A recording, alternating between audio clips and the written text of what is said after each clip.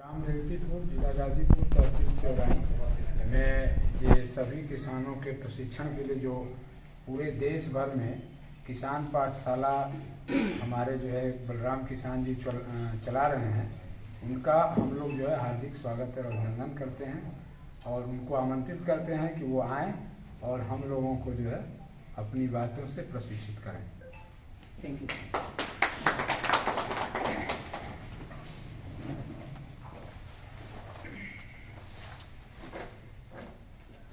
नमस्ते किसान। मेरा सौभाग्य है कि संत की नगरी में मैं आप लोगों के साथ चर्चा करूंगा। बहुत कम ऐसा टाइम आता है जब हम कहीं मंदिर में या संत निवास में ऐसे किसान पाठशाला करते हैं। तो आज बहुत बहुत धन्यवाद जो आपने यहाँ पर इस स्थान पर ये कार्यशाला रखी है। एक्चुअली में सही से सत्संग की जगह वो यही है। अगर सही से संवाद करना है, एक दूसरे से चर्चा करनी है तो। नमस्ते, मेरा नाम बलराम किसान है। मैं बड़वानी मध्य प्रदेश से आया हूँ और उत्तर भारत अब मेरे लिए पुराना नहीं है। लगभग हम काफी सारे किसान एक दूसरे को जानते हैं, मुझे भी आप सभी जानते हो। जो नहीं जानते उनके लिए थोड़ा सा एक संक्षिप्त मैं परिचय दे दूं। मेरा नाम बलराम किसान, बड़वानी मध्य प्रदेश है और 2006 से हम किसान पाठशाला रन कर रहे हैं। Farmer education system. किसान पाठशाला का मतलब है सिंप्लीफाई तरीके से एक दूसरे के बीच में हम कैसे हमारे जो खेती में कार्य कर रहे हैं उसको सरल तरीकों को आदान प्रदान कर सके। इसका एक ही उद्देश्य है, सीखना और सिखाना। 2006 से हम 16 किसानों ने शुरुआत करी थी सीखना और सिखाने की। आज आप सभी किसान साथ में हैं। पूरे भारत से 3.5 लाख से ज्यादा फार्मर जुड़े हुए हैं जो कहीं न कहीं किसी न किसी फसल पर एक दूसरे की मदद कर रहे हैं और सीखने सिखाने की मुहिम में साथ में चल रहे हैं। बहुत बहुत धन्यवाद, आपने मुझे यहाँ पर याद किया। मैंने कुछ प्लाट विजिट भी किए हैं अभी आपके आसपास। हमें सबको केले पर बात करनी है। हेलो, यस, केले पर चर्चा करते हैं हम लोग। मैंने अभी रास्ते में यहाँ आते आते भैया ने कुछ मुझे प्लाट विजिट भी करवाए हैं। कहीं पर मेरे खुद की कंपनी के पौधे भी लगे हैं रेवा के। कहीं पर एक शायद प्लाट था जहां पर मिक्स पौधे थे, जहां गाड़ी रुककर हमने देखा था। एक ही खेत में 3-4 कंपनियों के थे। रेवा को भी जैसे फार्मर टच कर रहा है कि रेवा कितने पानी में है, तो वो भी हमने देखा था। एक्चुअल उत्तर भारत की जो मेन कमजोरियां हैं और वही उसकी स्ट्रेंथ है। अगर मैं कहूं तो यहाँ पर जो ठंडी ज्यादा गिरती है ये उत्तर भारत का एक वीक पॉइंट है, लेकिन अगर इसे सही से हम यूटिलाइज करें तो यही उत्तर भारत के लिए स्ट्रेंथ है। क्यों? मध्य प्रदेश में जब मैं केला लगाता हूं या हमारे वहां क्षेत्र में किसान केला लगाते हैं, तो अगर 1 जुलाई को हमने मध्य प्रदेश में केला लगाया, वही कंपनी वही पौधा अगर आपने 1 जुलाई को लगाया है और सही से दोनों जगह मैनेज हो रही है, तो आपके यहाँ 14 महीने में केला कटिंग आएगा उसी केले का, और मध्य प्रदेश में 11 से 12 महीने में कटिंग आएगा। लेकिन मध्य प्रदेश शायद 20 से 25 किलो का उत्पादन लेगा पर पौधे का, और उत्तर भारत शायद 35 से 40 किलो का उत्पादन लेगा। ये बात आप लोगों को पता है क्या? मतलब यहाँ पर हमें केले को बचा कर रखना है और सही से खेती करना है, तो दूसरे क्षेत्रों से उत्पादन ज्यादा आता है। उसका सिंपल सा एक ही रीजन है कि फील्ड को समय मिल रहा है, केले को उम्र मिल रही है, समय ज्यादा मिल रहा है ठंडी के कारण, तो वो उत्पादन ज्यादा देता है। मेन एक ये रीजन आता है उसमें। और जिन जिन प्लाटों पर थोड़ा सा मैनेजमेंट गड़बड़ होता है तो फिर उनका उत्पादन कम से कम आता है। ये भी दुष्परिणाम है कि हमें ठंडी को थोड़ा सा समझकर मैनेज करना है ताकि हम सही से व्यवस्थापन करके सही से उत्पादन ले सके। मैं यहाँ पर आया हूं तो मैं कुछ बातों पर जिक्र करूंगा, लेकिन आपसे मुझे क्वेश्चन चाहिएंगे कि हम कैसे सिंप्लीफाई तरीके से आगे एग्रीकल्चर को बढ़ाएं और हम जहां हैं उन संसाधनों से कैसे हम अच्छे से खेती कर सकें। अब लास्ट वालों तक समझ में आ रहा है? ठीक है। मैंने 2006 में एक लाइन पढ़ी थी दैनिक भास्कर में, जो लाइन के रचयिता थे लहरी कार्टूनिस्ट है। उन्होंने एक लाइन लिखी थी, किसान की समस्या का हल है पहली लाइन, किसान की समस्या का हल है, मतलब किसान समस्या में तो है और उसका इलाज भी है। और नीचे दूसरी लाइन लिखी थी, क्या हल ही किसान की समस्या है? ये बहुत बड़ा क्वेश्चन है और ये हम आपको इसका हल निकालना है कि क्वेश्चन है क्या, इसका उत्तर निकाले कैसे। पूरी लाइन को अगर फिर से मैं रिपीट दोनों को इकट्ठा करूं, किसान की समस्या का हल है या हल ही किसान की समस्या है, इसका संक्षिप्त में अर्थ निकल के आएगा कि हम जिन तौर तरीकों से खेती कर रहे हैं, हमें लगता है कि हमारे खेती करने के ये तौर तरीके एकदम सटीक है और सही है, तो ये किसान की समस्या का हल है। लेकिन ऐसा तो नहीं है कि हमारे वो तौर तरीके ही हमारी समस्या है। ये बात गौर करने लायक है, क्योंकि हमारी समस्या क्या है, हमारी जरूरत, कम खर्च में ज्यादा उत्पादन आएगा क्या, हम जो उत्पादन कर रहे हैं उसका सही दाम मिलेगा क्या, सही दाम मिलने के साथ साथ जब मेरे खेत में मेरी फसल आएगी तो उसको लेने के लिए व्यापारी मेरे खेत तक चल के आएगा या मुझे ढूंढने जाना पड़ेगा। ये मेन नीड है हम किसानों की। आप लोगों की क्या जरूरत है? हेलो, मुझे सुन रहे हैं? थोड़ा संवाद करेंगे तो मजा आएगा। मुझे लगेगा मैं केवल प्रवचन नहीं दे रहा हूं, व्यापारी मेरे तक आए। यस, यही हमारी सबकी आवश्यकता है। तो मैं कोशिश करूंगा कि इस 1-1.5 घंटे में हम जो चर्चा करेंगे इसमें सभी चीजों का समावेश करूं। आपके खेतों की कुछ फील्डें देखी, उनको भी लूं, लेकिन चालू करने से पहले कुछ अगर आपके क्वेश्चंस है, प्रश्न है, तो वो मुझे बतलाइए, तो मैं ज्यादा फोकस उन प्रश्नों पर करूं। आपके कुछ अगर क्वेश्चन है, कुछ प्रश्न है, कुछ समस्याएं हैं, तो वो मुझे बतलाइए। केले पर मैं किन चीजों को ज्यादा फोकस करूं? आपका 5x7 पे लगाना चाहिए जी, जीत जाए। हाँ, और 6x6 पे लगाया जाए, हाँ, तो वो सही रहेगा। 5x7 जीत जाए वाला सही रहेगा। 5-7 या 6x6, ठीक है, मैं इसको भी बतलाने की कोशिश करूंगा। और किसी का कोई प्रश्न है?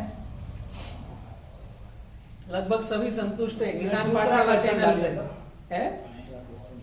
जी बताइए, कौन सा क्वेश्चन है? ये जो केला गिरने की समस्या है, केला गिर पड़ होता है, जो गिर पड़ता है, तो ये नीचे से उखड़ता है या ऊपर से टूटता है?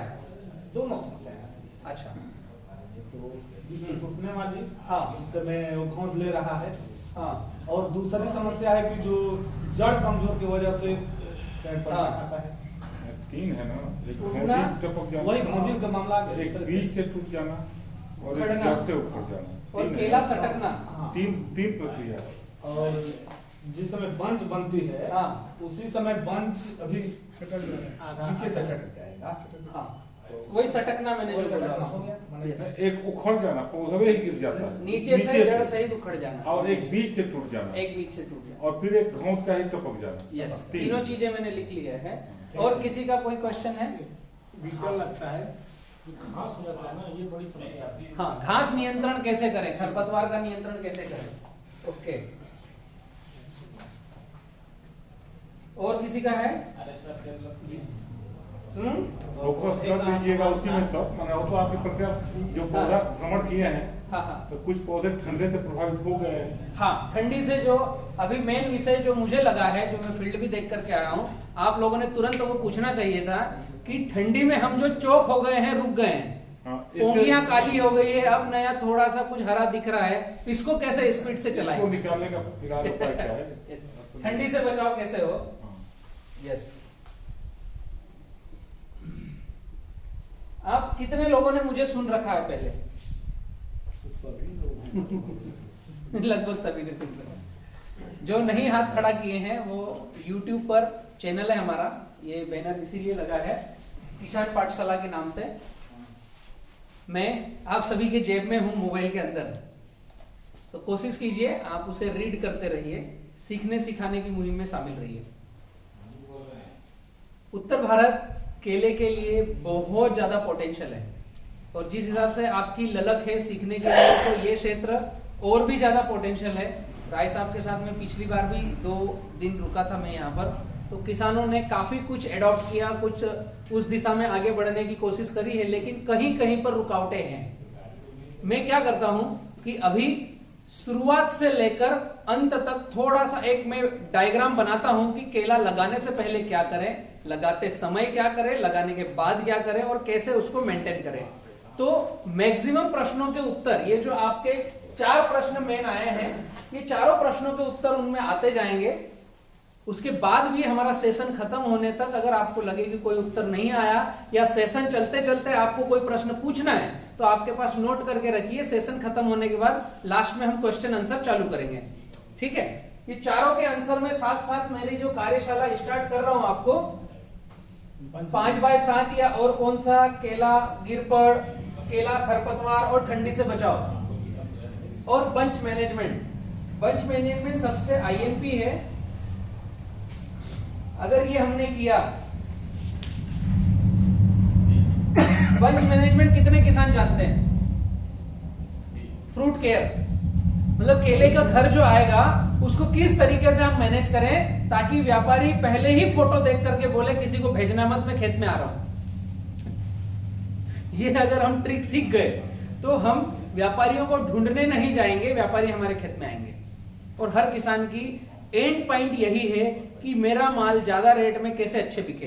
तो वो सेशन रहेगा बंच मैनेजमेंट का, ये भी मैं लूंगा इसके साथ साथ में। आगे मैं बढ़ता हूं। सब खाना वाना खा के आए हैं? हेलो, नाश्ता भी हो गया है? सब खा लो। और फोनवा किसी का बजने वाला हो तो उसको भी साइलेंट कर लीजिएगा।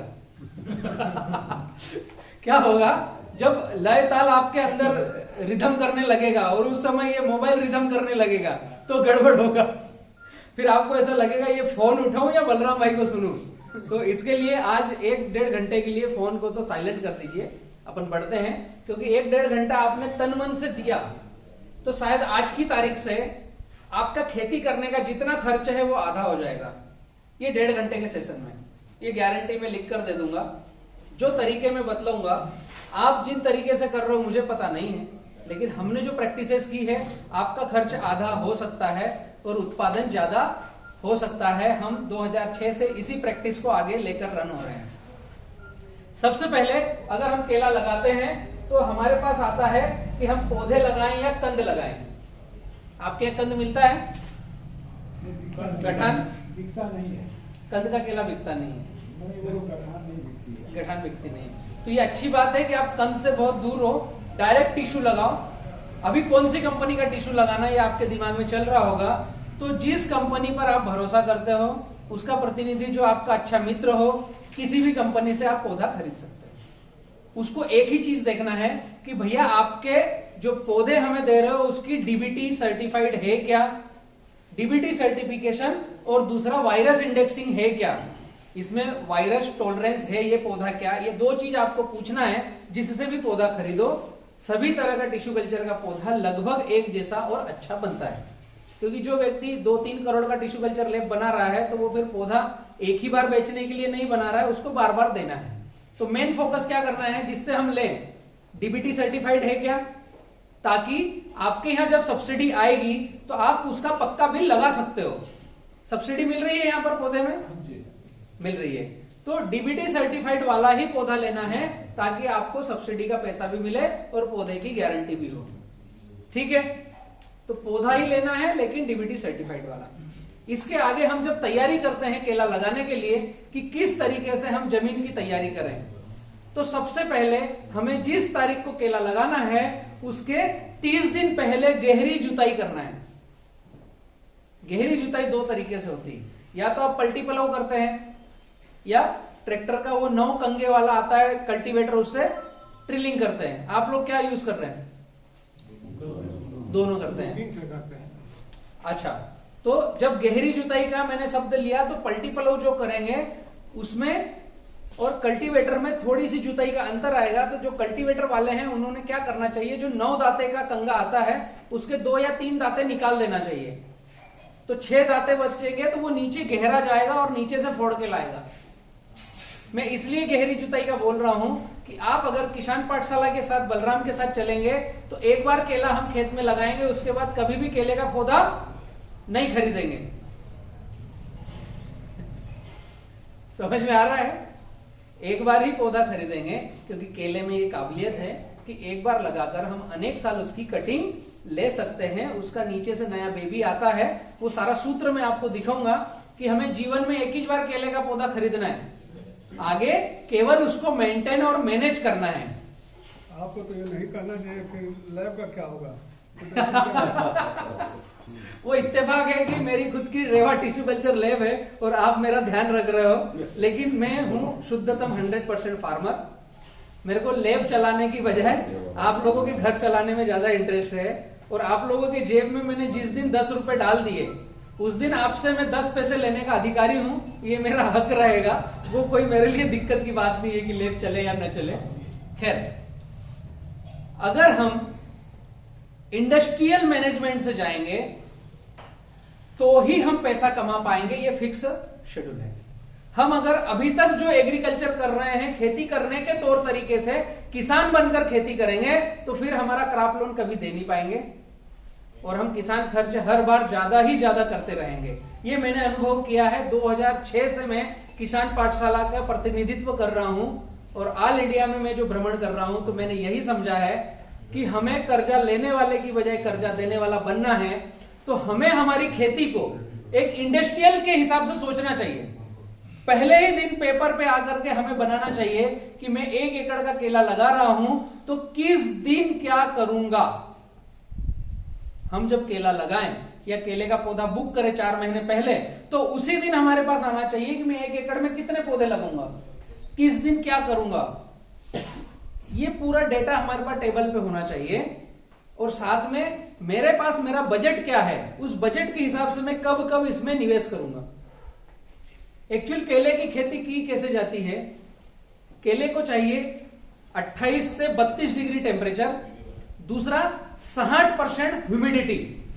तो छोटी छोटी बातें आप अगर लिखेंगे तो भी चलेगा, वरना जिसके पास पेन डायरी नहीं है, ये वीडियो YouTube किसान पाठशाला पे जाने वाला है, आप घर बैठ करके सुन सकते हैं। 28 से 32 डिग्री टेम्परेचर केले को चाहिए और 60% हवा में आर्द्रता चाहिए, ह्यूमिडिटी चाहिए, नमी चाहिए।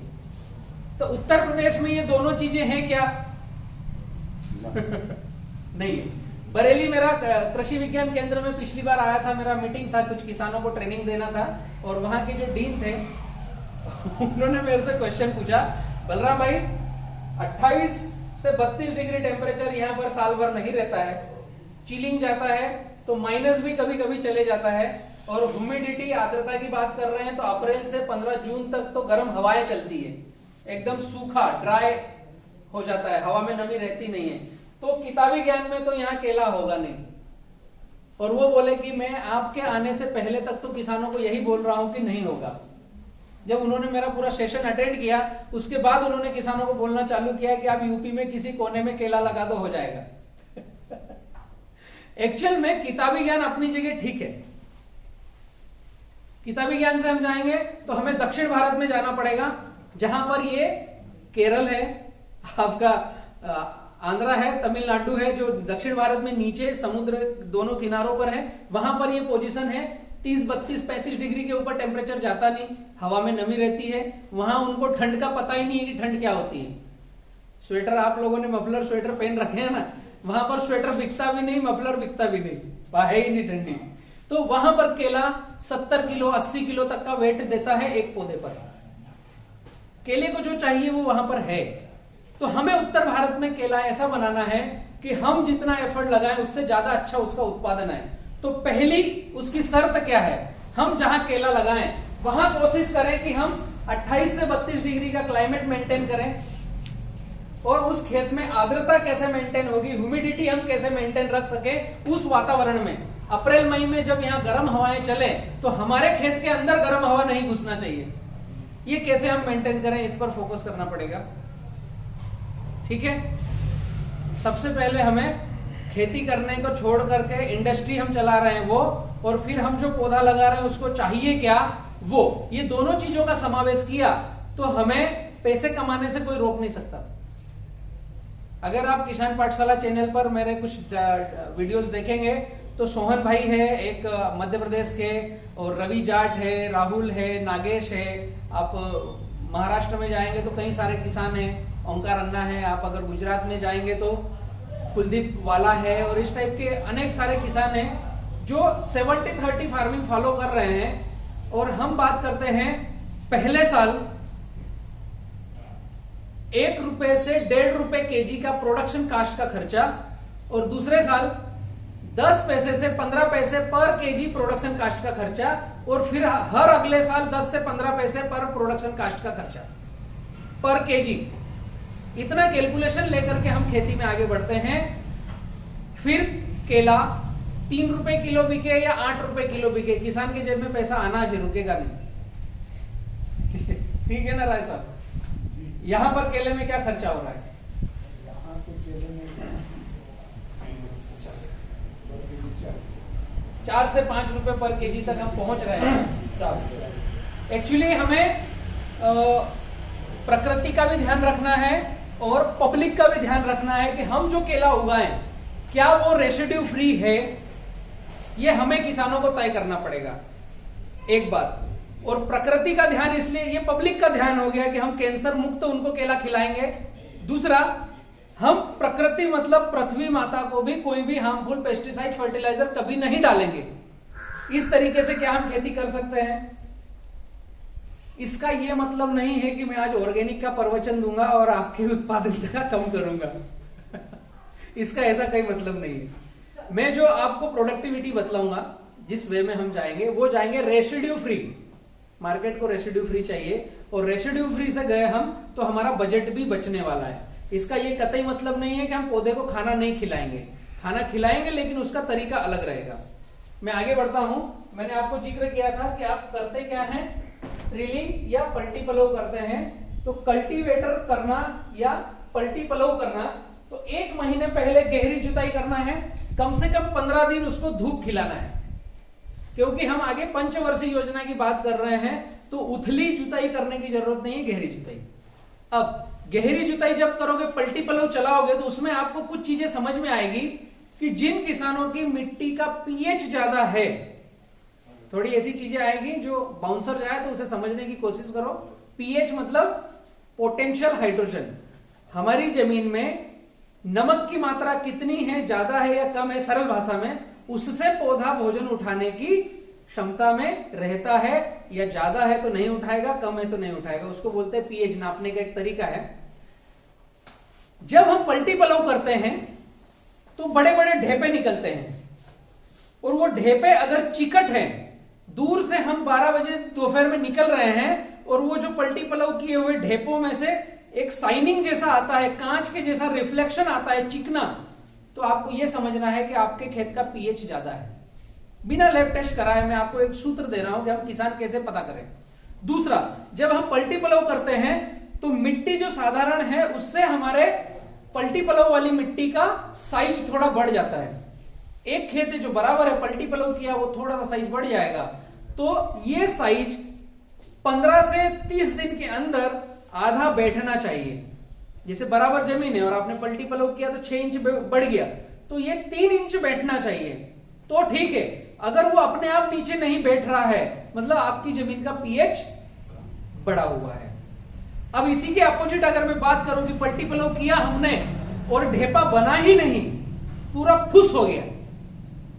एक तो ढेपा बना कड़क, दूसरा फुस हो गया, ढेपा बना ही नहीं, पलटी पलव करते गए, ढेपा बन ही नहीं रहा है, मतलब पीएच कम है, बॉन्डिंग नहीं है कुछ भी।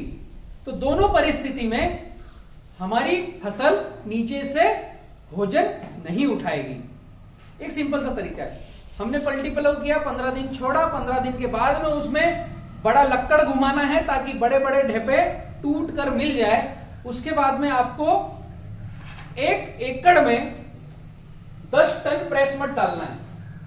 हेलो, प्रेस मड समझ में आया क्या? प्रेस मड क्या होता है? प्रेस मड शुगर फैक्ट्री में जो वेस्टेज निकलता है काले कलर का चिकट चिकट, उसको बोलते हैं प्रेस मड। ठीक है, प्रेस मड कई शुगर फैक्ट्रियां उनके लिए बर्डन है, निकाल के बाहर फेंकती है, या मैक्सिमम 300 रुपए टन किसानों को देती है, जो बहुत ही सस्ता होता है, ऐसा कोई उसका ज्यादा रेट नहीं है। या तो गोबर डालेंगे हम, गोबर नहीं है तो प्रेसमड डालना ही है, और गोबर डाल भी रहे हैं तो आधा गोबर आधा प्रेसमड कर लो। दो तरह से मिलता है, एक बना करके देते हैं लोग, एक ऐसे ही। ऐसे ही ले लो। अच्छा, वही बना हम खेत में लेंगे। अच्छा जी, बना के लेने में आपको बनाएंगे और कुछ पैसे का चार्जेस बढ़ जाएगा। वो इधर मिल भी नहीं रहा। हाँ, तो बना के नहीं लेना है, हम खेत में ही बना लेंगे। तो जितना सस्ता और आसान मिले, 1 एकड़ पे 10 टन प्रेसमड, ठीक है। उसके बाद में रोटावेटर चलाना है ताकि ये प्रेसमड ऊपर की 6 इंच की लेयर पर मिक्स हो जाए। इसके साथ में अगर आपकी जो पल्टीप्लो किया या कल्टीवेटर किया, उसमें अगर आपको ऐसा लग रहा है कि मिट्टी कड़क है, चिकट है, ढेपे फूट नहीं रहे हैं, 15 दिन बाद भी उस ढेपे को आपने जाकर के किक मारा तो हमारा पैर वापस आया, वो किक ढेपा नहीं टूटा, इसका मतलब पीएच ज्यादा ही है, तो आपको इस अवस्था में 1 एकड़ में 3 ton gypsum, 10 ton press mud, 3 ton gypsum. जिनकी मिट्टी हेवी कड़क है, जिनकी मिट्टी थोड़ी सी मध्यम कड़क है, वो 1.5 टन डाल सकते हैं। जिनकी मिट्टी एकदम सॉफ्ट है, उनको 500 केजी से 1 टन डालना चाहिए केले की खेती में। जिप्सम, जिप्सम के अंदर आता है सल्फर और कैल्शियम, दोनों मिक्स आता है। जिप्सम कहीं इंडस्ट्री में बनता नहीं। राजस्थान में कई सारी खदानें हैं, खदानों की मिट्टी होती है जिप्सम, ठीक है। आप गूगल पे सर्च करोगे, जिप्सम के कई सारे बायर्स के नंबर मिलेंगे। सभी किसान मिल करके एक जितनी आवश्यकता हो उस हिसाब से बड़ा ट्राला बुलाओ। तो जिप्सम का रेट कम है, उसका भाड़ा ज्यादा है, दूर से आएगा। जैसे ही प्रेसमड है, उसका रेट कम है, उसका भाड़ा ज्यादा पड़ेगा। तो दोनों चीजें विन विन सिचुएशन होगी। हम इन दोनों चीजों से खेत में क्या पूर्ति कर रहे हैं? सल्फर, कैल्शियम और बायोमास कार्बन, इनकी पूर्ति कर रहे हैं। साथ में प्रेसमड के अंदर आता है सुक्रोज, वो पौधे का एकदम मदर भोजन का काम करेगा, सबसे अच्छी व्यवस्था है सुक्रोज। तो ये हमने पहले से बेसल डोज का काम कर लिया। इसके अलावा खेत में कुछ बेसल डोज नहीं डालेंगे तब भी चलेगा। पहली शुरुआत यहां से करनी है, इसके बाद रोटावेटर चलाना है तो पूरी जमीन भुरभुरी लेयर हो जाएगी। ये फर्स्ट फेज की शुरुआत है, हम जमीन की तैयारी कैसे करें और उसमें बेसल डोज में क्या डालें। अब जिन मित्रों को अगर जिप्सम नहीं मिल रहा है तो कम से कम 1000 प्लांट पर 6 bag single super phosphate SSP,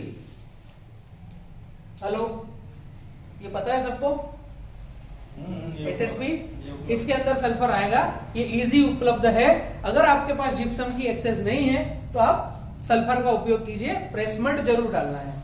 यहां से हम आगे बढ़ते हैं तो हमें निश्चित करना है कि हम किस ग्राफ से लगाएं। आप सभी के पास ड्रिप इरिगेशन है क्या? नहीं, फ्लड इरिगेशन है, तो मैं फ्लड के बारे में ही जानकारी देता हूं, नाली और पाली पद्धति से, ठीक है। अभी जो हमारा खेत है इसमें कुछ बातें और निश्चित करना जरूरी है। क्लाइमेट कंट्रोल, एक मैंने बताया जमीन की तैयारी और बेसल डोज, दूसरा क्लाइमेट कंट्रोल। हम जो पौधा लगाएंगे उसको एक बार लगा करके अनेक साल तक कटिंग लेंगे, तो उस खेत का हमारा क्लाइमेट कंट्रोल होना चाहिए कि ज्यादा ठंडी उस खेत में ना रहे, ज्यादा गर्मी ना रहे और हमारा पौधा स्वस्थ चलता रहे। तो जो खेत की मेड़ है, यहां पर आपको गन्ना घास लगानी है, नेपियर ग्रास, जानते हैं सब लोग? गूगल पे डालो, अमेज़न घर छोड़ के जाएगा। नेपियर घास का बीज, या जो गाय भैंस का व्यवसाय करते हैं दूध का, उनके यहाँ जानवरों को खिलाने के लिए वो जो गन्ने जैसी घास आती है, क्या बोलते हैं आपके यहाँ? है नेपियर घास ही कहते हैं, आराम से मिल जाएगा। अब इसमें एक चीज और है कि मैंने बहुत सारे किसानों के यहाँ देखा था कि सुअर से बचने के लिए बाउंड्री में झटका मशीन लगा रखी है। तो अगर आप मेड़ पर नेपियर घास लगाओगे तो आपकी झटका मशीन शॉर्ट हो जाएगी। तो दूसरा क्या काम करना है, जब हम खेत के अंदर लाइन से लाइन और पौधे से पौधा लगा रहे हैं तो अंदर ही उसके साथ नेपियर घास लगा दो। वो भी मैं बतला देता हूं कैसे लगाएंगे। झटका मशीन आपको अति आवश्यक है ताकि सुअर गड़बड़ ना करे। तो जो ये लाइन हमने बनाई है, लाइन से लाइन 5 फीट है और पौधे से पौधा कम से कम 7, और पंचवर्षीय योजना और ज्यादा चलाना हो तो 9। तो मैं तो रेकमेंड करूंगा कि आपको 9 फीट ही लेना चाहिए। लाइन से लाइन 5 फीट, पौधे से पौधा 9 फीट। ये कैसे लगेगा? पहला पौधा लगाया, फिर उसके बाद 9 फीट पे पौधा लगाया, फिर उसके बाद 9 फीट पे पौधा लगाया। अब अगली लाइन में जब पौधा लगाएंगे तो यहां से 4.5 फीट आगे लगाएंगे 2 पौधों के बीच में, फिर इससे 9 फीट, तो इधर से भी 4.5 बच गया। फिर तीसरी लाइन में लगाएंगे तो वापस वहीं पर आएगा जहां पहली लाइन में था। समझ में आया कैसा लग रहा है? बातचीत करने में आप इंटरेस्टेड नहीं हो मुझे लगता है। ध्यान से सुन रहे हैं ना? अच्छा, ध्यान से सुन रहे हैं, ये भी ठीक बात है। ध्यान भंग नहीं होना चाहिए। यस, किस तरीके से हमें लगाना है, इसका फायदा क्या है? अगर ये बीच वाले पौधे को देखोगे तो इससे एक पौधा 9 फीट है, दूसरा पौधा 10 फीट है। सामने यहां पर नहीं है ना, और ये 5 फीट की बजाय तिरछा लगा तो ये 7 फीट आएगा। तो ये पौधे का सराउंड ग्राफ जो आपका बना, ये एकदम बढ़िया बनेगा, ताकि पौधा रोगों से लड़ने की क्षमता रखे और वायरल और फंगल और सिगाटोका नहीं है। ये पौधे को आप ध्यान से देखोगे तो सारे पौधे दूर दूर है। तो ये तो हुआ पौधा लगाने का तरीका। अब नेपियर यहां पर कहां फिट होगा? जो लाइन है इसके आगे यहां पर आपको नेपियर लगाना है। ये तो 2 पौधे हैं, यहां नेपियर लगा, यहां नेपियर लगा, यहां नेपियर लगा, ठीक है। अभी इसके बाद यहां पर भी नेपियर एक एक लगानी है, जो बीच की जगह दिख रही है। आया समझ में? आपके 2 पौधों के बीच में ठीक 4.5 फीट पर यहां नेपियर घास लगानी है, और बाउंड्री पर तो यहां लगी जाएगी। तो बाउंड्री पर आपको केवल पौधे के सामने नहीं लगानी, ये बीच की जो जगह है यहां पर भी लगानी है। तो बाउंड्री पूरी आपकी सील हो जाएगी, और ये जो लाइन है इसमें भी यहां पर लगा दीजिए, और ये बाउंड्री पर फिर सील कर दिया आपने। घास को भी खाद पानी अंदर आपका घास का पूरा प्रोटेक्ट हो गया। जब कोई बाहर से निकलेगा तो उसको केले का खेत नहीं दिखेगा, बाउंड्री पूरी दिखेगी नेपियर घास की, ठीक है। जब हम केला प्लांटेशन कर रहे हैं मई, जून, जुलाई, अगस्त, कभी भी उसी समय साथ में नेपियर घास लगानी है। ये इसलिए लगानी है कि गर्म हवा, ठंडी हवा खेत के अंदर न जाए, और अंदर हम पानी देने से जो ह्यूमिडिटी बना रहे हैं वो ह्यूमिडिटी बाहर ना आए। तो हमारे खेत का वो जो ब्लॉक है 1 एकड़, 2 एकड़, आधा एकड़, 5 बीघा, जो भी, वो अंदर के अंदर वहां पर हवा में नमी रहे। अगर कोई ब्लॉक खुला है तो वहां से गर्म हवा, ठंडी हवा अंदर बाहर होगी, और अंदर की नमी निकल के बाहर चली जाएगी। फिर आपके केले को, प्लांट को उतना सिक्योर नहीं होगा। तो ह्यूमिडिटी मेंटेन करने के लिए हम दक्षिण भारत का वातावरण हमारे खेत में कैसे रखें, उसके लिए चारों तरफ गन्ना घास चाहिए, मतलब चाहिए, ठीक है। दूसरा, अभी जो खेतों में मैंने जाकर देखा, सभी किसानों के यहाँ किसी का बड़ा प्लांट है या छोटा प्लांट है। आज 6 फरवरी 2021, ठंडी से निकलकर प्लांट बाहर आया है, तो सभी के यहाँ सेंटर का पोंगा काला पड़कर रुका पड़ा हुआ है। पत्ते एक दूसरे के पास पास में हैं, चिपके हुए हैं, एकदम सघन सघन है। पत्तों का साइज छोटा हो गया है। बहुत सारे लोग इसे बोलते हैं बंचिटा वायरस।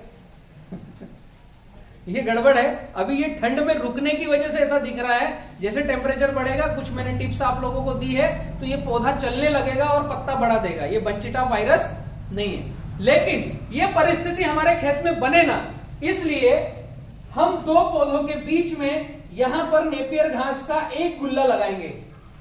मतलब हमारे खेत में अगर 5000 केले के पौधे हैं तो 5000 नेपियर घास के गुल्ले आएंगे उसके बीच में। आया समझ में? नेपियर घास एक ऐसा पौधा है जो हड्डी जैसा रहता है, उसके ऊपर कड़क चमड़ी है।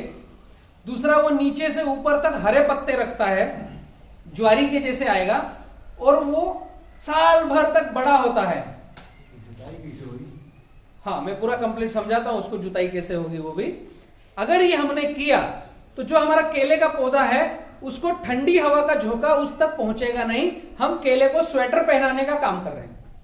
और ये रखना कब तक है? ये नेपियर घास 15 फरवरी 15 फरवरी को इसको निकाल देना है नेपियर घास को, क्योंकि हमारा केला खुद उस समय चलने लग जाएगा। ये हमको चाहिए पूरी ठंडी ठंडी हमारे खेत में, हमारे पौधे से बड़ी हाइट में। हमारा केला अगर 3 फीट का है तो नेपियर घास हमें चाहिए 5 फीट की, ऐसा होना चाहिए। तो ठंडी हवा जो आएगी वो ऊपर से उछलकर बाहर निकल जाएगी। और पौधे से पौधा 9 फीट है तो ऊपर से धूप पूरी मिलेगी और बीच में नेपियर घास सिंगल सोटे जैसा चलेगा, थोड़ा सा गुच्छा बनेगा जरूर लेकिन सिंगल चलेगा। तो वो केवल ठंड को रोकने के लिए हम एक प्रोटेक्शन लगा रहे हैं ताकि हर पौधे को स्वेटर पहना सके। ठीक है, यहां तक समझ में आया? अब जिन किसानों से नहीं लग पाया उनको बाउंड्री पर क्या करना है, प्लास्टिक की पॉलीथीन की बॉर्डर करना है। एक 6 फीट प्लास्टिक सीधा बाउंड्री के चारों तरफ घुमा देना है। बहुत सस्ता मिलेगा पॉलीथीन, ताकि ठंडी हवा अंदर बाहर ना हो। एक आर्टिफिशियल हमने स्वेटर लगाया, लेकिन सबसे अच्छा है नेपियर घास। ओके, यहां तक समझ में आ गया? आपका भी जवाब देता हूं कि हम इसमें निंदाई गुड़ाई कैसे करेंगे और ये नेपियर घास ही क्यों लगाना है। हमें जब केला लगाना है तो नाली और पाली पद्धति से लगाना है। लाइन से लाइन 5 फीट होना चाहिए, पौधे से पौधा 9 फीट ही होना चाहिए। अगर आपको तीसरी, चौथी, 5वीं कटिंग लेना है, अगर आप पहली ही कटिंग लेना चाहते हो तो पौधे से पौधा 5 भी लगा सकते हो, 6 भी लगा सकते हो, 7 भी लगा सकते हो। हमारे पास अगर पैसा ज्यादा है और हर साल बलराम भाई से टिश्यू का पौधा खरीदना है तो फिर कुछ भी ग्राफ लगा सकते हैं। या कई साल में क्वालिटी परिवर्तन। हाँ, क्वालिटी पहली बार लगाने से दूसरी बार में अच्छी आना चाहिए, वरना आपको जो ज्ञान बांट रहा है उसमें गड़बड़ी है या आपने ज्ञान का सही उपयोग नहीं किया है। फर्स्ट जो उत्पादन आएगा अगर 30 किलो आया है तो रटुन में 35 किलो आना ही चाहिए, क्वालिटी सही बनना ही चाहिए, वरना कहीं कुछ एरर हुआ है। मैं अभी सेशन कंप्लीट करते करते लूंगा। तो हमें नाली और पाली पद्धति से करना है तो निंदाई गुड़ाई उसमें आ जाएगा। अभी नाली और ये पाली, फिर नाली, फिर पाली, फिर नाली, फिर पाली, फिर नाली। अभी इसकी दूरी और डिस्टेंस क्या होना चाहिए? ये पाली से ये पाली की दूरी 5 फीट। ठीक है, मतलब ये नाली के बॉटम से ये नाली का बॉटम 4 फीट। ये यहां से यहां 5 हो गया है, मतलब ये जो जगह बची है ये 6 इंच की है और ये जो जगह बची है ये 6 इंच की है। आधा फीट इधर से छूटा है, आधा फीट इधर से छूटा है, तो बीच में आपका जो नीचे का बॉटम मिलेगा वो 4 फीट का मिलेगा। नाली और पाली इसकी जो हाइट है ये 6 इंच से 8 इंच की लेना है, इससे ज्यादा लेने की आवश्यकता नहीं है। 6 से 8 इंच इसलिए लेना है कि जब बारिश में आपके यहाँ पानी गिरता है तो पानी पूरे खेत में भरण हो जाता है, तो पौधा थोड़ा सा ऊंचा रहेगा तो बारिश में कई रुकावट नहीं आएगी, पौधा अच्छे से चलता रहेगा। और जब पानी ड्रेनेज होगा तो पानी इसकी जड़ों से लटकेगा तो ये स्पीड से चलेगा। अगर बराबर में लगाते हैं तो मैंने पिछले साल देखा है कई किसानों का पौधा अभी तक चला नहीं है, अभी तक, क्योंकि पहले तो पानी से रुका रहा, फिर फंगस में अटका, उसके बाद ठंडी आ गई तो पौधा आज तक नहीं चल पड़ा है। ठंडी में अब क्षतिग्रस्त है और अब देखेंगे कि आगे कैसे चलेगा।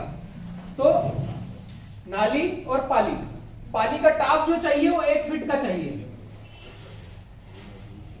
अभी समझने की बात है, 4 फीट की नाली, आधे से 1.25 फीट की हाइट, 1 फीट का टाप, फिर आधे से 1.25 फीट का डाउन, फिर 4 फीट की नाली, तो आपका मेन लाइन से लाइन 5 फीट हो गया। इस तरीके से बनाना है। बहुत सारी जगह मैंने देखा है कि ये बेड, ये नाली, ये बेड, ये नाली, तो ये ड्रिप के लिए जरूरी है, आपके फ्लड के लिए जरूरी नहीं है। बहुत सी जगह मैंने देखा है कि ये नाली और ये पाली, ये नाली और ये पाली, तो ये भी 2.5 फीट है, ये भी 2.5 फीट है, तो ये भी गड़बड़ है, सही केवल एक ही है। इस तरीके से आपको आगे बढ़ना है तो आगे की प्रोडक्टिविटी में दिक्कत नहीं आएगी।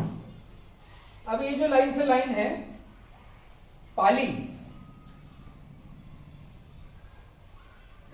हम जिस दिन प्लांटेशन कर रहे हैं उस दिन अगर हमें बायोमास अच्छा दिन मिल रहा है, पड़ोस के खेत का केला खत्म हो रहा है या हमारा कहीं पर खत्म हो रहा है या चावल की पराली कहीं से मिल रही है, तो यहाँ पर हमें आच्छादन करना है, बायोमास आच्छादन पाली पर, मतलब कचरे की मल्चिंग। आ रहा है ख्याल में? जितनी भी पाली है इस पर कचरे की मल्चिंग। अब पपीता भी इसी तरीके से लगा सकते हैं और केला भी इसी तरीके से लगा सकते हैं। कितने दिन बाद करना है इसे?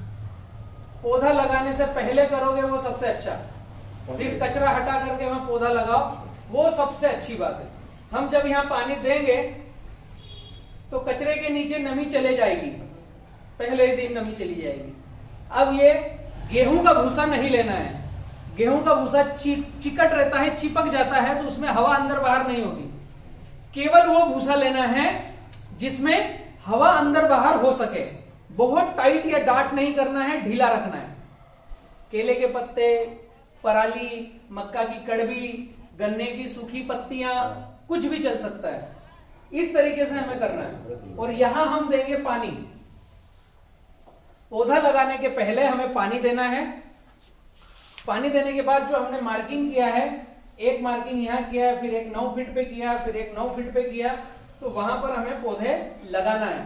पौधे लगाने का तरीका क्या होना चाहिए व्यवस्थित, ताकि हमारा पौधा लगे और पहली ही बार में चल पड़े और एक भी पौधे में मर ना हो।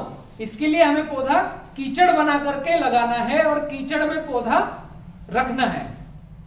उसका एक सिंपल सा तरीका है कि जिस दिन हम पौधा लगाएं उसके पहले वहां पर पानी चला दें, मार्किंग करने के बाद में पहले वहां पानी चला दें, और जब हम वहां पौधा लगाने जाएं उसी समय आगे से गेती से गड्ढा डालें और गेती निकालें। गेती से गड्ढा डालें, ना कि मिट्टी निकालें। पूरी बात समझने की। जहां मार्किंग किया है गेती डाला है तो गेती वापस आनी चाहिए, मिट्टी नहीं आनी चाहिए। अभी यहां पर जहां हमने गड्ढा किया, मिट्टी नहीं निकाली, यहां पर 500 ml पानी डालना है, आधा लीटर, और इस पानी डाल करके कीचड़ बनाना है और इस कीचड़ में पौधा रखना। ये जो कीचड़ बना है इसमें कीचड़ को हटाया, पौधा रखा और कीचड़ छोड़ दिया। इस तरीके से पौधा लगाया तो पौधा फटफट फटफट चलेगा, वरना पौधे को इंजरी होगी। अगर हम ऐसा तोड़ ताड़ के निकाल रहे हैं, प्लग टूट गया है, पौधा लगाया, उसको मिट्टी दबा रहे हैं, तो वो पौधा स्लो चलेगा, धीमे चलेगा। ठीक है। अब हमें आता है यहाँ कल्टीवेशन करने। जो काका का प्रश्न था कि निदाई गुड़ाई कैसे करेंगे। पहले दिन से अगर आप कचरा मल्चिंग कर रहे हैं तो इसके नीचे कोई खरपतवार आने वाला नहीं है। अभी इस तरफ से कोई कल्टीवेशन नहीं करना है, कल्टीवेशन करना है एक ही तरफ से। समझ में आया? एक ही तरफ से करेंगे ताकि ये पाली टूटेगी नहीं। दूसरा, पौधा जिस अपनी हाइट हेल्थ को बढ़ा रहा है उसका पत्ते का छांव जहां तक आ रहा है इसके बाहर कल्टीवेटर चलाना है। फिर पौधे का साइज बढ़ा, उसका पत्ता और बाहर आया, फिर इसके बाहर कल्टीवेटर चलाना है। पौधे की उम्र जैसी बढ़ेगी उसके पत्ते का जहां तक 12 बजे का छांव जाएगा उसके बाहर कल्टीवेटर करना है, उसके अंदर कल्टीवेटर नहीं करना है। ये सिंपल तरीके से अगर हम गए पौधा लगाना तो पौधा सेट होगा। अब ये जो कीचड़ बनाने वाला पानी था, इस पानी में कुछ चीजें डालना पड़ेगी ताकि आपका पौधा स्वस्थ रहे, बिना कीट पतंग के और बिना फंगस के। 200 लीटर पानी, 100 ग्राम वाइसेनोमेटा, 100 ml नीम का तेल 10,000 ppm। अगर नीम का तेल नहीं है तो 20 ग्राम डेल्टाशू कीड़े भगाने के लिए, अगर डेल्टाशू नहीं है तो 100 ml क्लोरोपाइरिफास और 100 ग्राम कार्बन डिजिम।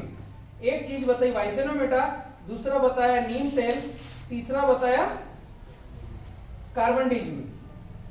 फफूंदीनाशक बावेस्टिन 100 ग्राम, 100 ml, 100 ग्राम। ये जो हम पानी डालेंगे कीचड़ बनाने के लिए, उस पानी में 200 लीटर में ये चीजें होना चाहिए ताकि पौधे को फंगस ना लगे, कीट पतंग ना लगे, और पौधा वाइसेनोमेटा के अंदर सुक्रोज और गोअर्क आता है तो पौधा अपना भोजन लेके फटफट फटफट चलता रहे। अभी इन दो पौधों के बीच में पुनः मैं कहूंगा, यहाँ पर गन्ना घास लगाना अति आवश्यक है। अगर ये हम लगा रहे हैं तो शायद हमारा प्लांट ठंड में ग्रसित नहीं होगा और स्पीड से अच्छा चलेगा। इसके आगे कुछ चीजें ऐसी हैं जो आपको अति आवश्यक है जानना। केले में हम जांच क्या करें कि हमारा केला सही चल रहा है या गड़बड़ हो रहा है, उसके लिए कुछ नियम हैं जो आपको लिखित में याद रखना चाहिए कि केले के क्या फाइनल नियम है। हम खेत में जाएं तो देखें क्या। नंबर 1, तना। जब केला पौधा हम लगाते हैं, उसके तने को देखना पड़ेगा कि ऐसा सीधा चल रहा है या ऐसा चल रहा है। ये देखने का ऑब्जर्वेशन है कि मैंने जो केला लगाया ये सीधा चल रहा है या उल्टी झप्पी के नुमा चल रहा है। तो इन दोनों में से ये अवस्था ठीक है, ये अवस्था है तो हमें सोचना पड़ेगा हमारे से जड़ें टूट रही है या जड़ों का विकास नहीं हो रहा है या तने के पास की मिट्टी हमारी कड़क है, नीचे से मोटाई बढ़ना चाहिए, ऊपर से सकरापन होना चाहिए, ये अवस्था ठीक है, पहला। दूसरा, यहां पर लास्ट में नीचे टखना आता है, ये टखने तक मिट्टी हमें लगानी पड़ेगी। इसके ऊपर मिट्टी लगाने की आवश्यकता नहीं है, केवल नीचे 3 से 4 इंच की ऊपर की जो टखनी है वहां तक मिट्टी लगाना है। तीसरा, यहां पर हमें नापना है टेप से, हर महीने 5 इंच की तने की मोटाई बढ़ना चाहिए। मतलब हमारा केले का पौधा स्वस्थ चल रहा है। हम जिससे भी जो ज्ञान लें, अगर 5 इंच तने की मोटाई नहीं आ रही है तो कहीं कुछ हमारे प्रैक्टिस में या ज्ञान देने वाले में गड़बड़ है। सिंपल सा सूत्र है।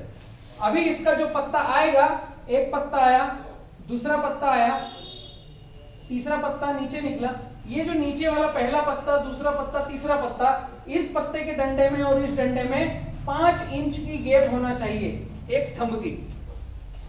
एक पत्ता जो निकला उससे ऊपर दूसरा पत्ता निकल रहा है, तो ये दोनों पत्तों के बीच में एक थंब 5 से 6 इंच की गैप होना चाहिए, मतलब पौधा सही चल रहा है। अगर ये गैप सटकती है तो कहीं कुछ कमी है, या गैप जरूरत से ज्यादा बड़ी होती है तो भी कहीं कुछ गड़बड़ी है।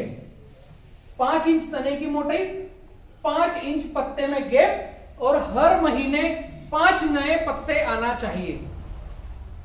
एक पत्ते से दूसरे पत्ते में गैप और उसके साथ जो ये पत्ता आएगा नया, 1 2 3 ऐसे, मतलब एक महीने में 5 नए पत्ते आना चाहिए। मतलब मेरा पौधा ना तो स्पीड से चल रहा है ना धीमे चल रहा है, एकदम सही तरीके से चल रहा है।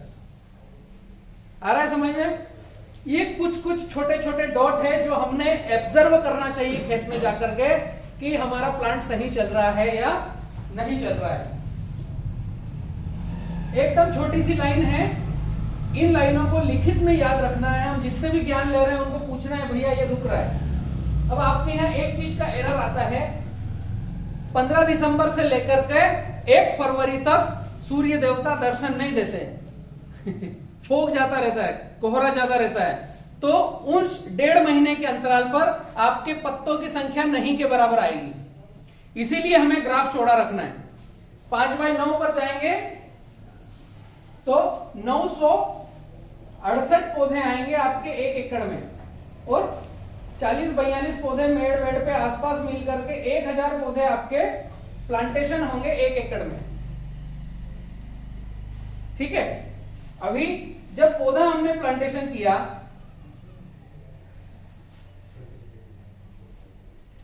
अब मैं बात कर रहा हूं यहां से अगली फसल की कि हम रटून कब रखेंगे। सेकंड फसल की थीम यहीं से चालू होती है। अगर 5x9 नहीं है तो आपका पूरा माल कट जाएगा, उसके बाद सेकंड रटून हमें रखना है। 5x7 में कितने पौधे हाँ, आते हैं? 5x7 में 1250 पौधे आएंगे। हाँ, 5x7 1 एकड़ पे। मैं बात कर रहा हूं रटून की। जिस दिन आपके पौधे की तने की मोटाई 25 इंच प्लस हो जाए, तने की मोटाई, पत्तों की संख्या 25 पत्ते प्लस हो जाए, 25 पत्ते, और पौधे की उम्र 5 माह प्लस हो जाए, 25 इंच तने की मोटाई, 25 पत्तों की संख्या उसमें निकल आए और 5 माह प्लस हो जाए, उस दिन हम नया बेबी रख सकते हैं। कब? जब हमारे यहाँ 45 स्क्वायर फीट की जगह है तब। तो आपके यहाँ कब संभव होगा? अगर आपने जुलाई या अगस्त में लगाया है तो अगस्त, सितंबर, अक्टूबर, नवंबर, अभी 4 महीने तक प्लांट चला। दिसंबर से ठंड आ गई तो ये गिनती में नहीं है। जनवरी में ठंड आ गई, ये गिनती में नहीं है। और फरवरी, तो आपके 5 महीने कब हुए? फरवरी। मध्य प्रदेश की बात करेंगे तो केवल 2 सप्ताह हमारे छूटते हैं ठंड के, बाकी मौसम गिनती में आता है। तो हम दिसंबर में नया शक्कर रख लेंगे, लेकिन आपके यहाँ फरवरी लास्ट, मार्च फर्स्ट में नया बेबी रख पाएंगे। ये कैलकुलेशन के हिसाब से 2 महीने आपको एरर करना है, निकालना है उसको, वो काम में आएंगे नहीं। अब ये शक्कर रखना किस दिशा में? अगर हमारा पूर्व पश्चिम की लाइन है तो आपको पूर्व दिशा में रखना है। अगर हमारा उत्तर दक्षिण की लाइन है तो आपको उत्तर दिशा में लेना है। एक दिशा फिक्स करना है ताकि सभी पौधों का उधर ही रखें। पहली बात। इसमें जब पौधा स्वस्थ चलता है तो 100 दिन से 120 दिन पर इसके शक्कर आने लग जाते हैं, तो उनको काटना है और ड्रिल करना है ताकि वो अगली बार ना आए, या फिर काटने के बाद उनको टाई बांधना है, प्लास्टिक की रस्सी बांधना है, तो उसकी गर्दन रुकेगी और वो आगे बढ़ेगा नहीं। तो नीचे से भोजन लेगा कम भोजन लेगा, तो हमारे मेन पौधे को न्यूट्रिशन मिलते रहेंगे। केवल काट के छोड़ना नहीं है। तो 90 दिन से 120 दिन के बीच में जितने आए हैं उनको निकालना है, काटना है या टाई बांधना है। उसके बाद में जब फरवरी लास्ट में हमें नया बेबी दिख रहा है तो ये नया शक्कर लेना है हमें अगली फसल के लिए।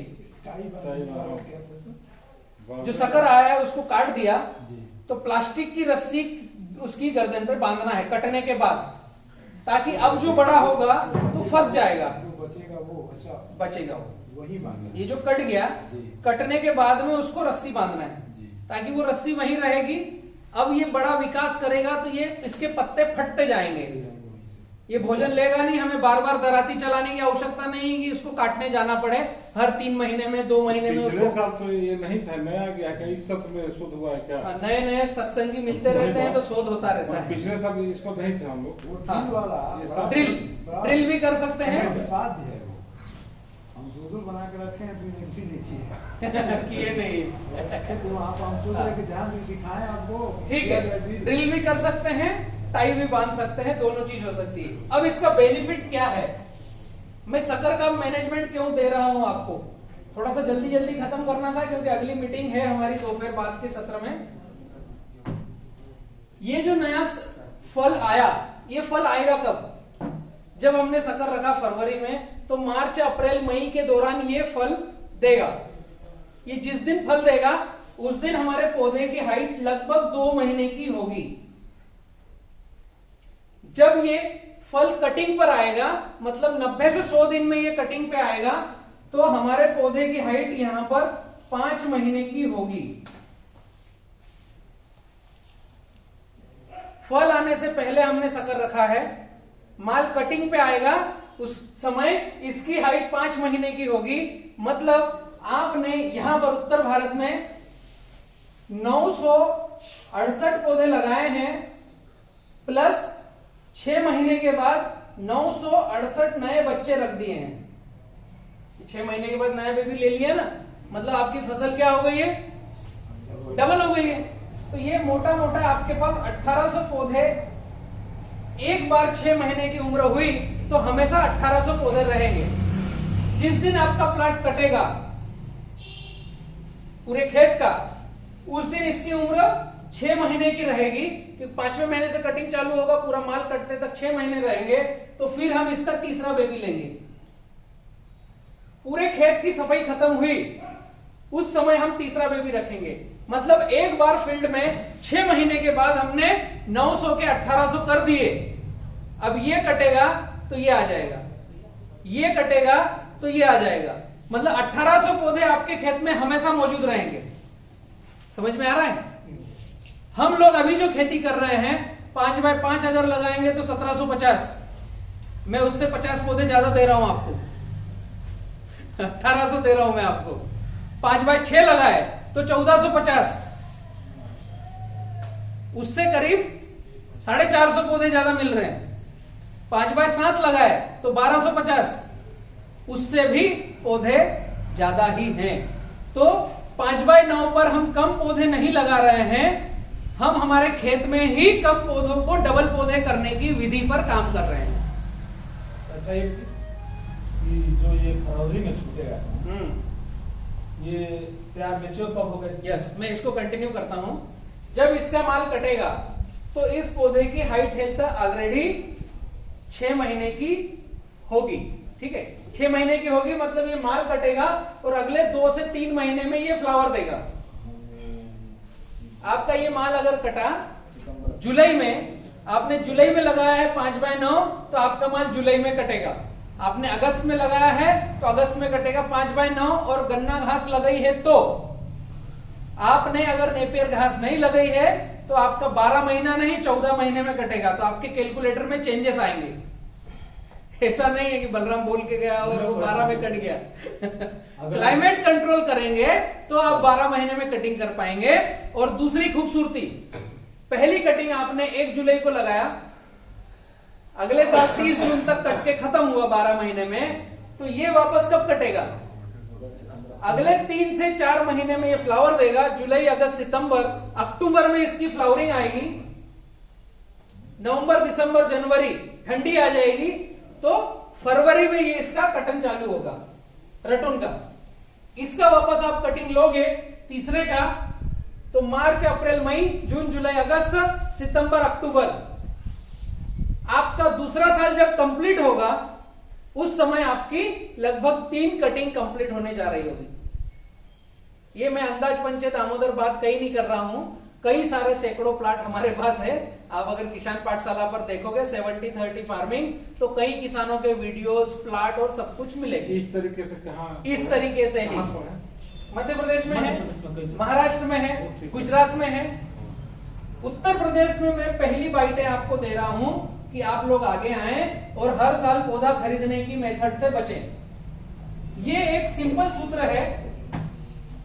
हम आप केले की खेती तो कर रहे हैं, लेकिन ये अलग ट्रैक है कि आप एक ही बार पौधा लगाओ और अनेक साल ले सको।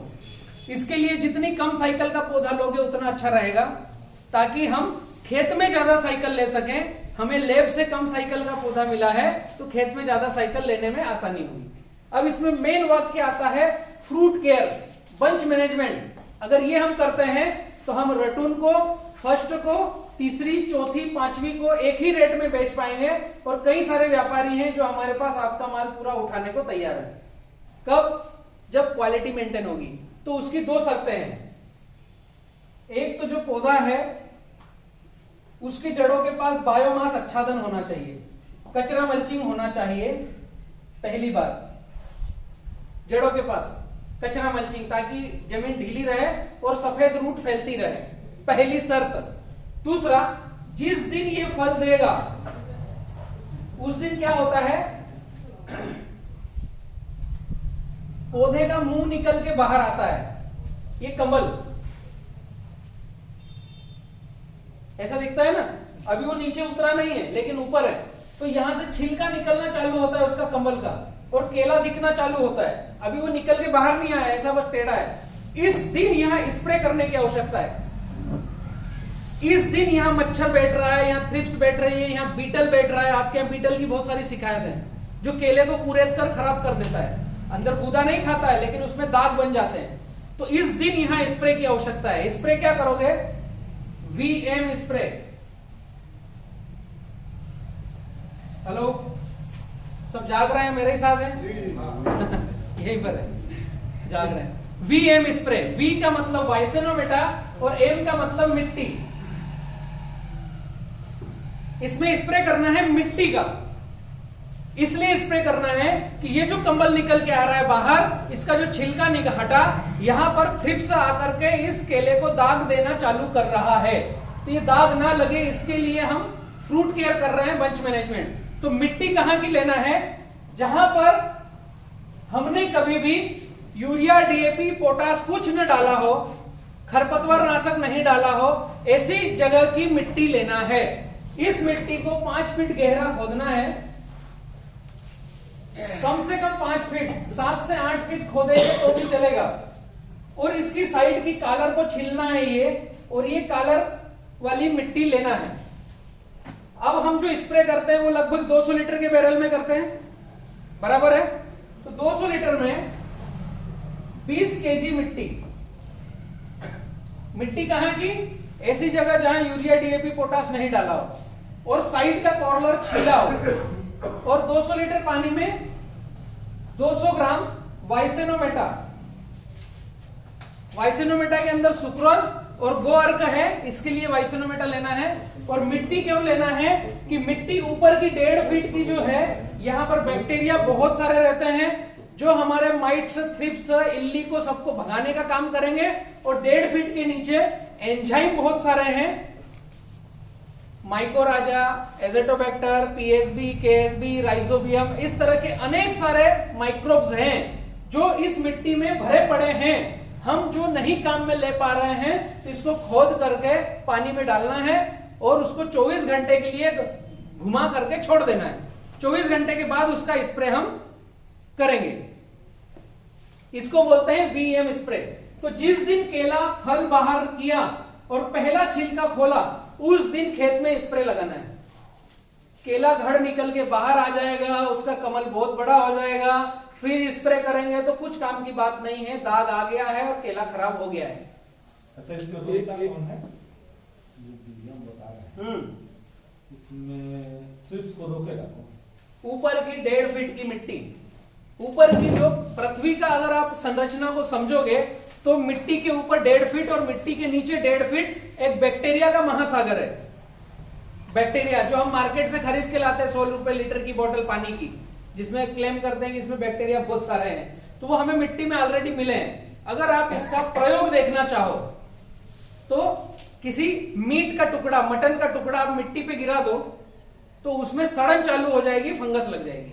और उसी मीट का टुकड़ा आपने 5 फीट ऊपर ऐसे धागे में टांग कर बांध दिया तो वो सूखना चालू होगा, सड़ना नहीं चालू होगा। पुराने लोग जो छीके पर खाना, दाल, रोटी रखते थे वो इसीलिए कि नीचे मिट्टी के पास रखेंगे तो उसमें फंगस और बैक्टीरिया लगना चालू होगा। ये ऑटोमेटिक कुदरती है, मैंने नहीं बनाया है। ये 1.5 फीट की लेयर बैक्टीरिया की लेयर है, इसके ऊपर कोई बैक्टीरिया नहीं है। वायुमंडल में कमी करता है जो बैक्टीरिया का महासागर है वो नीचे। तो ये जो मिट्टी की 1.5 फीट की लेयर है ये माइट्स, थ्रिप्स सबको रोकने का काम करेगी। और नीचे की जो लेयर है इसमें माइक्रोन्यूट्रिएंट्स, एंजाइम्स, एसिड्स, सभी हमारे केले को जो भरने के लिए न्यूट्रिशन चाहिए वो सब है। उत्तर प्रदेश में मैं देख रहा हूं जादू की डब्बी, जेब्रेलिक एसिड, बहुत उपयोग होता है उसका। ये जेब्रेलिक एसिड आपको घर, गांव, खेत से बाहर छोड़ना है। अगर आप इसका उपयोग करते रहे तो जिस चेंबर वाले के पास आपका केला जाएगा वो आधा पकेगा, आधा कच्चा रहेगा और दोबारा आपके खेत में माल काटने आएगा नहीं। ये आप लोगों को तय करना है कि यहाँ मार्को क्रिएट करना है, हमारे गाजीपुर का मार्को बनाना है, या हमें जेब्रेलिक एसिड वाला केला देना है। दूसरी बार व्यापारी आएगा नहीं। अगला स्प्रे लेना है जब ये नीचे निकल के आता है, इसके केले खिलने लग जाते हैं, तो इसमें सेकंड स्प्रे लेना है। ये पहला स्प्रे लिया, फिर 7-7 दिन में कंटिन्यू, कम से कम 5 स्प्रे लेना है 7-7 दिन में। ऊपर कमल दिखा जब, फिर अगले 7 दिन, फिर अगले 7 दिन, फिर अगले 7 दिन, ऐसे 5 स्प्रे लेना है। इसके बाद कोई भी स्प्रे नहीं करोगे जब भी चलेगा। में तो कमल आएगा नहीं। हाँ, इसीलिए हर सोमवार आपने अगर तय किया तो पूरे खेत में जितने कमल है जो आ चुके हैं उनको भी करो, जो आने वाले हैं उनको भी करो। जैसे पहले हमें दस्तक दिखी 1 तारीख को कि कुछ कमल निकल रहे हैं, तो हमने 1 तारीख को स्प्रे किया सोमवार। अब अगले सोमवार फिर स्प्रे करना है, तो जो कमल निकल रहा था वो नीचे तक चले गया, खिल गया, उसका केला निकल आया, दूसरा कमल आने की तैयारी में, तो फिर पूरे खेत में स्प्रे किया। तीसरे सप्ताह जाएंगे तो ये कमल जो पहले निकला था इसका बंच तोड़ने का टाइम आ जाएगा, क्योंकि ये पूरा डंडा नीचे निकल गया, इसके केले खिल गए हैं, इसके पंजे कम करने का टाइम आ जाएगा, और जो कुछ बचा था वो उसका कमल निकालने की कोशिश में रहेगा। तो हर सोमवार हर बंच को स्प्रे करना है। पहले वाले को मार्किंग करें तो 5 स्प्रे कम से कम शुरुआती चरण में हो, तो बीटल नहीं आएगा, थ्रिप्स नहीं आएगा, इल्ली नहीं आएगी, माइट्स नहीं आएगा, और कहीं मार्केट में दुकान में पैसे लगाने की जरूरत नहीं पड़ेगी। ठीक है। कमल कितने दिन में टूटेगा? हाँ, अब मैं उसको बतलाता हूँ कि कमल का क्या ध्यान रखें हम। इसमें समझ में आ गया सबको? ये जो बताया कि जिस दिन निकले उसी दिन मारना है, मैं तो इसके लिए तो रोज तलाशना पड़ेगा ना? नहीं नहीं, आप एक फिक्स नियम करो 7 दिन में। अच्छा। पूरे खेत में आप अगर आज घूमे हो हाँ तो अगर 25 पंच दिखे हैं हाँ तो वो 25 की जगह अगले 7 दिन तक फिर नए 100 दिखना चालू होंगे। हाँ। वो लटक के नीचे नहीं आ जाएंगे। हाँ। तो 7 दिन में एक दिन फिक्स करना है। अब मेन आता है मोटो कि आपके केले का बंच मैनेजमेंट। जो पंजे दिख रहे हैं, एक बात और क्लियर कर दें जी बताइए। कि जो पहला दिन स्प्रे होगी तो पूरे प्लाट हुई, पूरे प्लाट, पूरे प्लाट ना, और बाद में भी स्प्रे हो तो पूरे प्लाट में। प्लाट होते थे। जब भी स्प्रे करेंगे सभी केलों को करेंगे, सभी बंच को करेंगे। ठीक है। अब बंच मैनेजमेंट, ये मैंने स्प्रे का थीम दिया ताकि आपके केलों पर दाग धब्बे न लगे। इससे आगे बढ़ेंगे तो क्वालिटी कंट्रोल की केले की लेंथ बराबर आए, तो तने पर जहां पर नीचे डबरी है, गुठली है, उसके ऊपर हमें नापना है। यहां तक तो और मिट्टी लगा दो। इसके ऊपर नापना है तने की मोटाई क्या है। अगर ये 36 इंच का है, उदाहरण दे रहा हूं मैं, तो 4 का भाग देना है। अगर ये 40 इंच का है तो भी 4 का भाग देना है। अगर ये 28 इंच का है तो भी 4 का भाग देना है। जितने इंच तने की मोटाई उसमें 4 का भाग देना है। तो जो आता है उतने पंजे रखना है। जैसे 36 इंच का है तो 9 चौक 36, तो हमें 1 2 3 4 5 6 7 8 9 पंजे रखना है और नीचे के केले हटा देना है सारे। फिर उसके बाद में एक केला रखें और उसके बाद में एक केला रखें और डंडा काट दें। जो कमल है काट दें मतलब हाथ से ही टूट जाएगा, वो दराती का उपयोग करने की आवश्यकता नहीं। जितना तने का मोटाई 4 का भाग दिया उतने पंजे हमने रखे हैं। नीचे थोड़ा डंडा छोड़ने के बाद एक एक केला रखना है और इसको तोड़ना है। जब तोड़ेंगे तो यहां से बूंद बूंद बूंद कुछ इसका ब्लड निकलेगा, तो ब्लड निकलेगा तो अंदर सुराग होना चालू होगा कुछ 8-10 दिन 15 दिन में। इसलिए हम ये केला रख रहे हैं कि ये केला रहेगा तो वो सुराग ऊपर तक नहीं जाएगा, यही केले के पास आके रुक जाएगा, क्योंकि पौधे का न्यूट्रिशन लास्ट केले तक जाएगा। तो आखिरी का जो पंजा है वो भी हेल्दी रहेगा। इसके करने से होगा क्या, ऊपर से नीचे तक केले की लेंथ आपको मिनिमम, नीचे के केले की लेंथ 7.5 इंच ऊपर आएगी और ऊपर के केले की लेंथ 11 इंच के ऊपर आएगी।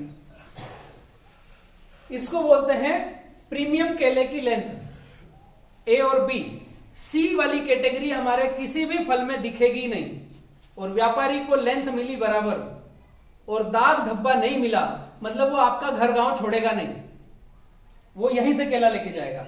दूसरा फायदा, हमारे ठंड में आगे पीछे केले हो रहे हैं, अभी जो देखा मैंने कहीं पर कि कोई छोटा है कोई बड़ा है, तो उसके तने की मोटाई भी छोटी बड़ी आएगी।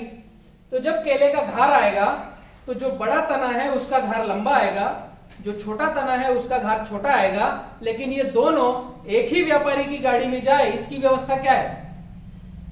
तो ये अगर 28 इंच तने की मोटाई है तो इसमें 7 पंजे रखना है, अगर ये 36 इंच तने की मोटाई है तो इसमें 9 पंजे रखना है। तो दोनों की क्वालिटी प्रीमियम एक जैसी बनेगी, कुछ फर्क नहीं आएगा। इसमें भी 11 इंच आएगा, इसमें भी 11 इंच लेंथ आएगी। इसको बोलते हैं फ्रूट केयर। और हमारा केला अगर ठंडी में है तो इसको बंच कवर चढ़ाना है, ब्लू कलर की पॉलिथीन की बैग लगानी है और उसमें होल रहते हैं ताकि इसको सफोकेशन ना हो। जैसे अगर हम रटून रखेंगे, सेकंड रखेंगे, तो हमारी फ्लावरिंग दिसंबर में भी आ सकती है, नवंबर में भी आ सकती है, तो सामने ठंड आएगी। तो ठंड आएगी तो आपको इसको बैग चढ़ाना है, प्लास्टिक बैग, और ऊपर अंदर न्यूज़पेपर डालना है। जैसे आप स्वेटर पहन के बैठे हैं, ऐसे केले के फल को हमें स्वेटर पहनाना है ताकि उसकी क्वालिटी प्रीमियम रहे और वो हमेशा 1 नंबर क्वालिटी में बिके। एक चीज बताइए सर कि ये जो आप बता रहे हैं कि नवंबर में जो फ्लावरिंग आएगा अक्टूबर में, उसकी तो हम लोग के यहाँ मार्केट नहीं है, हम लोग उसको रख कर क्या करेंगे। ये अगर काम आपने किया, मार्केट की मैं बात बतला रहा हूं। अगर आपने फ्रूट केयर किया तो पूरे भारत से 51 व्यापारी बी किसान एफपीसी में जुड़े हुए हैं फार्मर प्रोड्यूस कंपनी में, जिनकी सारी लिस्ट आपके पास आ जाएगी। आपको केवल इतना काम करना है, उन व्यापारियों को आपके खेत के फोटो खींचकर भेजना है, नीचे बोलना है हम किसान पाठशाला से गाइडलाइन लेते हैं और हमारे क्षेत्र में इतना पौधा लगा हुआ है और इस महीने कटिंग आएगी। आपको व्यापारी ढूंढना नहीं है, व्यापारी आपको ढूंढते आएंगे। अगर ये किया तो, अगर ये नहीं किया तो व्यापारियों को हम ढूंढते रहेंगे और वो केला लेंगे नहीं, वो आंध्रा से केला लेके आएंगे। चला कहाँ से ना, आज भी जो है यहाँ जो वेटनिंग चेम्बर वाले हैं, हाँ, वो अपना वेटनिंग चेम्बर मंगा के आंध्रा से केला चला रहे हैं। हाँ, तो कारण ये है ना कि हम लोगों के पास जो केला इस समय है वो ये स्तर पे केले नहीं थे। आंध्रा पता है आपको यहाँ से कितना है? 1400 किलोमीटर है। अभी आपके यहाँ के चेंबर वाले को 1400 किलोमीटर गाड़ी भेज करके वहाँ 13 रुपए किलो का माल खरीद के लाना है, उसको यहाँ आते तक 20 रुपए में पड़ रहा है। तो हम यहाँ तो 12 रुपए में दे ही सकते हैं आज की तारीख में। तो ऐसे कई सारे व्यापारी हैं जो जुड़े हैं। व्यापारियों की टेंशन नहीं है, किसी भी महीने केला कटता है, बिकता है। आपके यहाँ बाहर निकलोगे तो जो मेन शहर है वहां पर 365 दिन उस ठेले पर केला बिक रहा है। वो यूपी में नहीं मिल रहा है तो बाहर से ला रहा है। समझ रहे हैं? क्वालिटी चाहिए, क्वालिटी के पैमाने चाहिए। ये छोटी छोटी सी बातें हैं, इन बातों को अगर हम फेस करके चलेंगे तो काफी अच्छे तरीके से लंबी दूर जा सकते हैं। दूसरा एक और मैसेज देना चाहूंगा मैं, ये जो बनाने वाला बोले थोड़ा क्लियर है। पंच कवर, प्लास्टिक का कवर आता है और पेपर भी डालना है, बता रहे हैं। अंदर न्यूज़पेपर बिठाना है ताकि डायरेक्ट ठंड उसको लगे ही ना।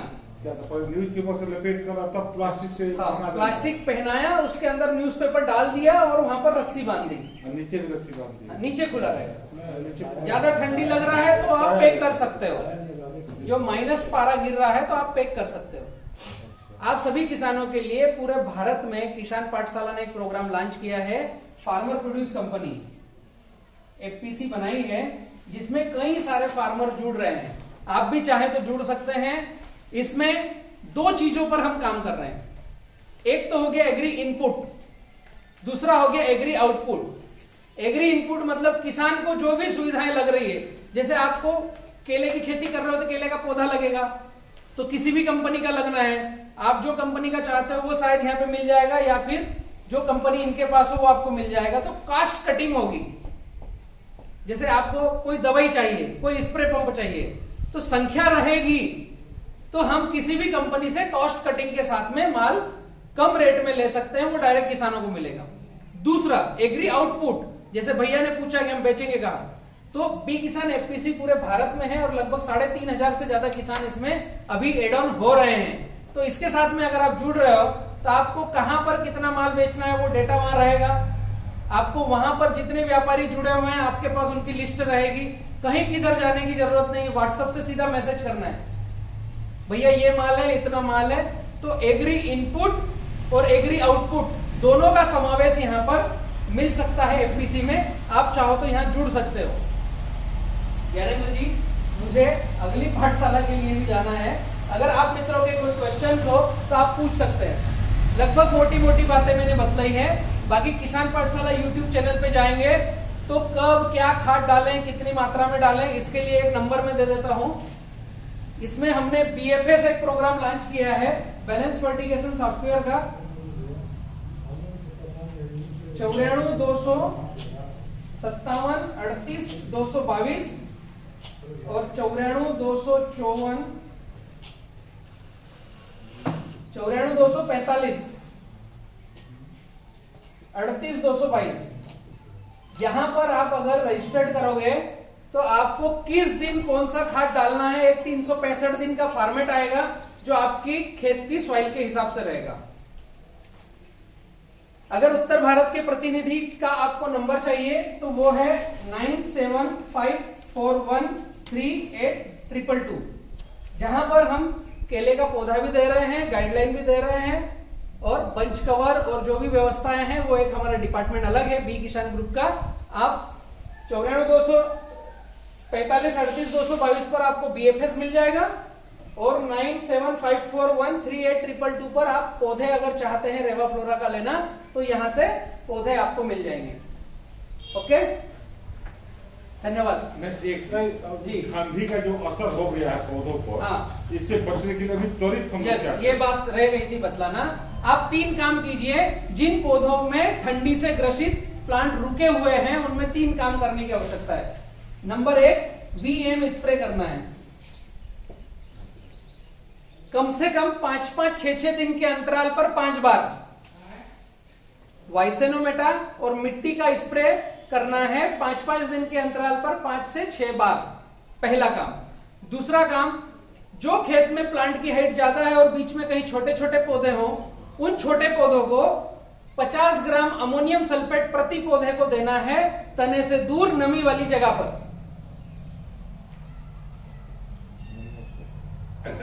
तने से दूर 6 इंच कम से कम, जहां नमी हो वहां पर 50 ग्राम अमोनियम सल्फेट कम से कम 3 से 5 बार। तीसरा, जो पूरा प्लाट ही छोटा हो उसको पूरे प्लाट को अमोनियम सल्फेट देना है। जो छोटे बड़े हैं तो उनमें छोटों को देना है, लेकिन जो पूरा प्लाट ही छोटा रुका पड़ा है उसको पूरे प्लाट को देना है। तीसरी बात, एक ड्रेंचिंग करना है। दूसरे नंबर पे हुआ अमोनियम सल्फेट, तीसरी बात ड्रेंचिंग। ड्रेंचिंग करना है 150 लीटर पानी, 15 kilo DAP, 10 kilo ammonium sulphate, 5 kilo urea, 100 gram potassium humate और 2 लीटर फास्फोरिक एसिड। इसका पूरा घोल बनाना है और प्रति पौधे को 200 ml की ड्रेंचिंग करना है, तने से दूर जहां पर नमी हो। अब टाइम मत दिखाओ, हो गया काम मेरा खत्म, फिनिशिंग पर हूं। ये जो ड्रेंचिंग है, ये ड्रेंचिंग 4-4 दिन में कम से कम 4 से 5 बार करना है। ये 1 महीने का शेड्यूल है आपका। जो फर्टिगेशन चल रहा है उसको चलने दो, ये अलग से 3 चीजें एक्स्ट्रा करो। वीएम स्प्रे, अमोनियम सल्फेट चुटकी चुटकी डालना है और DAP ammonium sulphate humic acid की ड्रेंचिंग करना है। तो 1 महीने के बाद आपके प्लांट यहां से यहां पहुंच जाएंगे।